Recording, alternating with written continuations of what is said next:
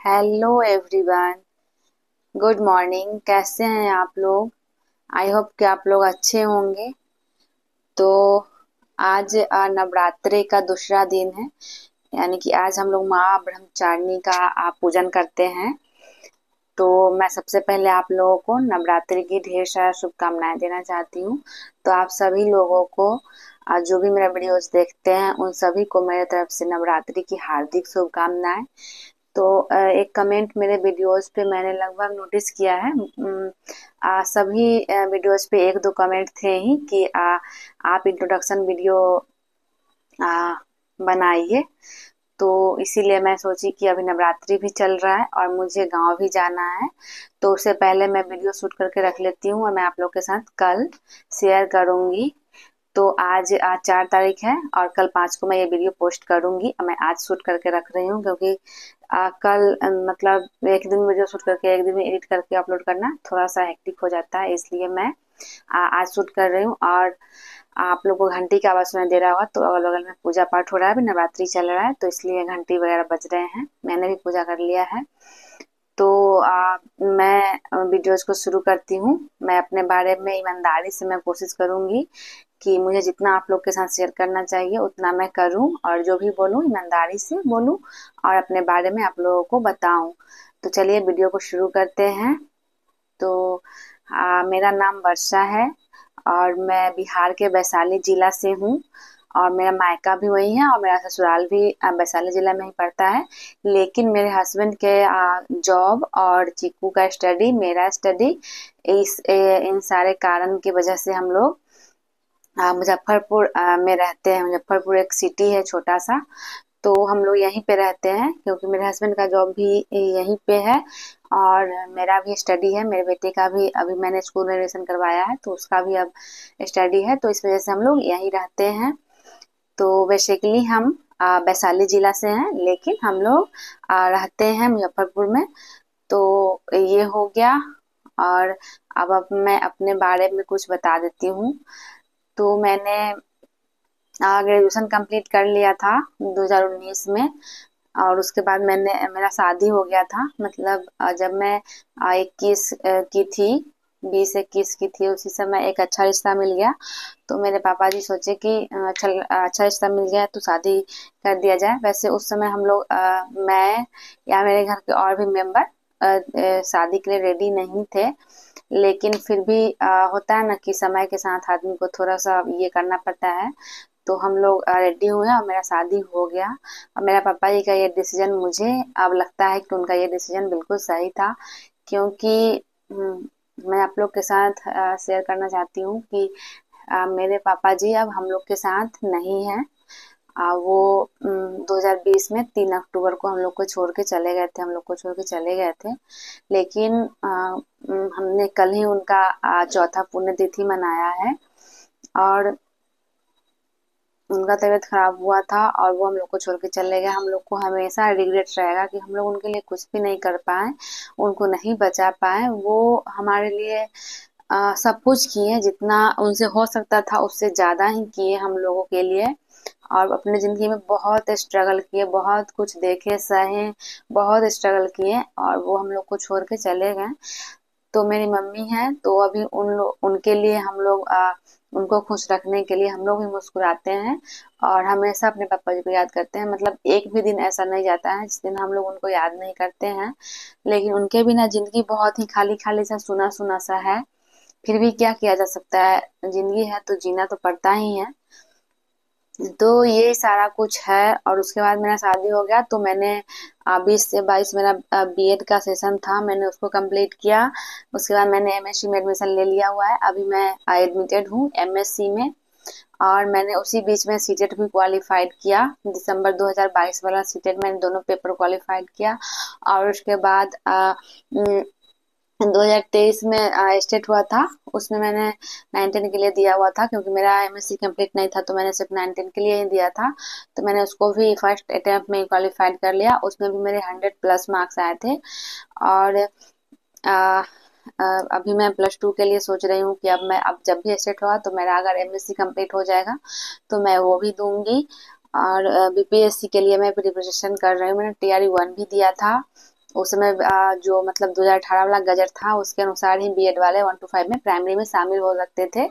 तो मैंने उसके अनुसार एग्जाम दिया था, लेकिन उससे पहले ही मतलब एग्जाम कंडक्ट होने से पहले ही सुप्रीम कोर्ट का जजमेंट आ गया था कि मतलब बीएड वाले को बाहर किया जा रहा है प्राइमरी से। लेकिन फिर भी मैंने एग्जाम दिया था और उसके बाद मैंने टीआई 2 का प्रिपरेशन किया, जो कि बहुत ज्यादा जल्दी में हुआ और मेरा 2-3 मार्क्स से रह गया था।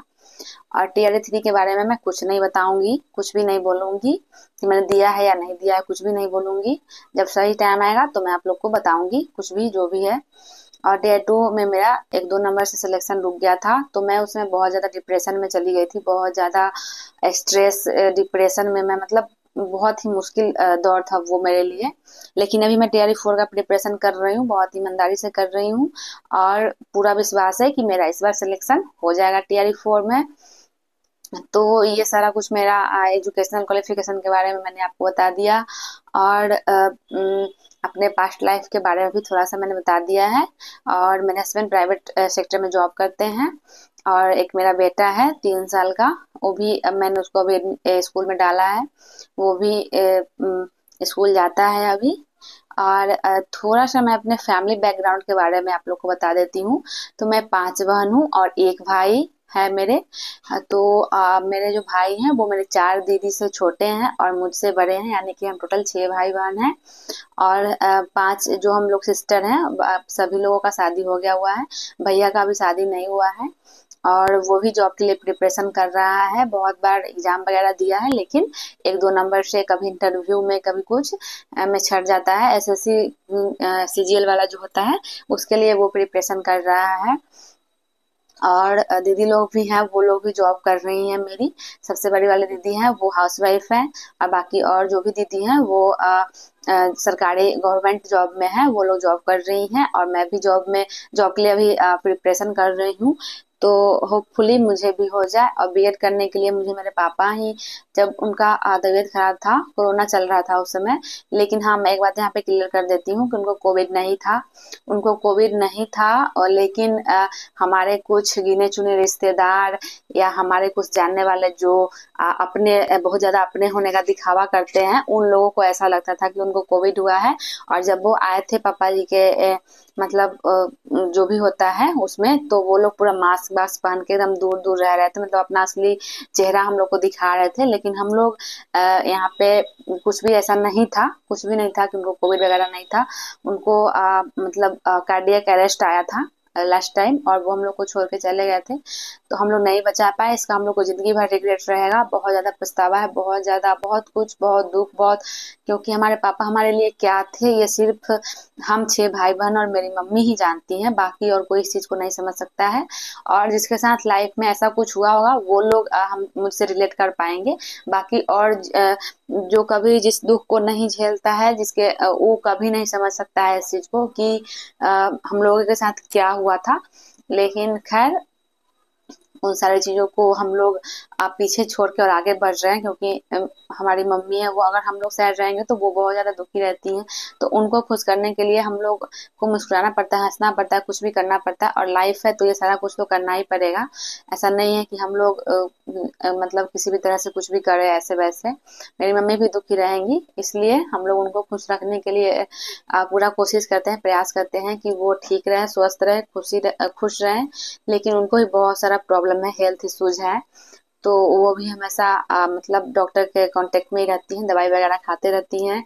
और जब से मेरे पापा जी गए हैं तब से वो हमेशा मतलब डिप्रेशन का और नींद का दवा लेती हैं, तभी उनको नींद आता है। और डिप्रेशन का दवा वो कंटिन्यू उस समय से खा रही हैं, बीपी का दवा भी खा रही हैं रेगुलर। मतलब उनका कंडीशन बहुत ज्यादा खराब हो गया था, बहुत ज्यादा। क्योंकि मेरे मम्मी पापा का जो बॉन्ड था ना, वो मतलब एक अलग ही लेवल का था।